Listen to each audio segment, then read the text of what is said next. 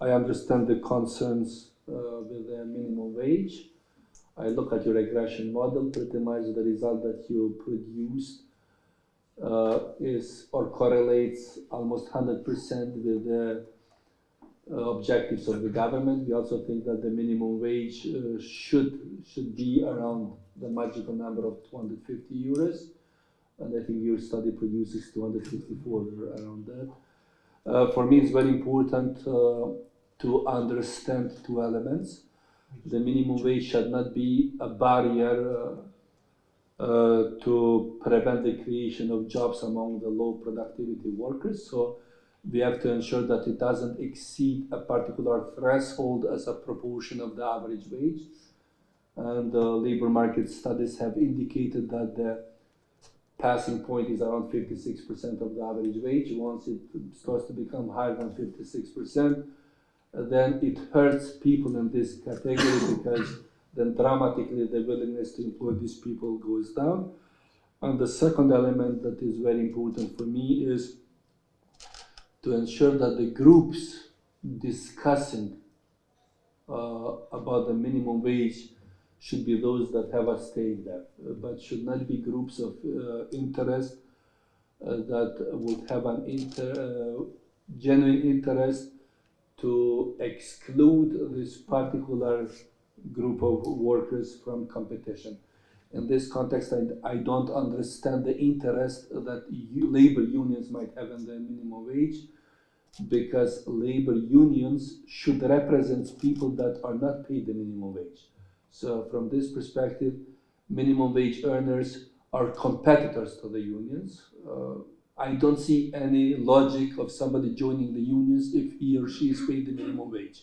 The German unions were classically against the minimum wage, but let's say the parameters changed because the trade union power evaporated, and in modern economies like the gig economy, share economy, these people are not unionized. And this year the new social democratic-led government will increase the minimum wage in Germany by almost 20%, because it has been shown that, you know, the power of unions is not strong enough anymore, that millions of people can compete or have a decent income in the labor market.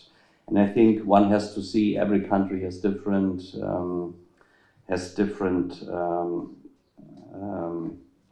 situations, but I think it's important that government needs revenue, and, you know, without hurting the economy, that's the art of the game.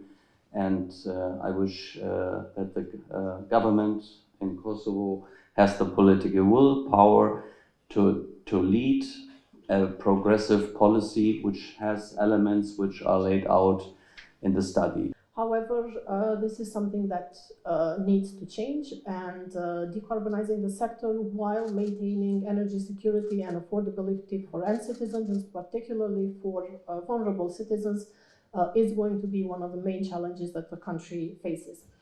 Now, in order to address all of these shortcomings of our economic and social system, we need better quality of governance, and this is something that we as a government take very seriously. But on the other hand, we also need better policies and that promote equity, equality and social justice.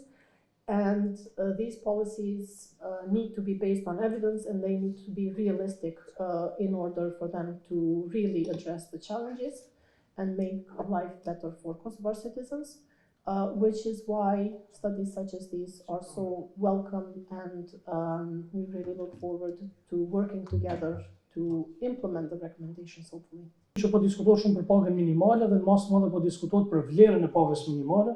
Mendoj që më e rëndësishme se me u diskutu për vlerën është me u diskutu për parametrat çka synojmë me pas me pagën minimale. Paga minimale nuk është paga që duhet me u synu prej punëdhënësve, është paga nën të cilin nuk mundesh me ra.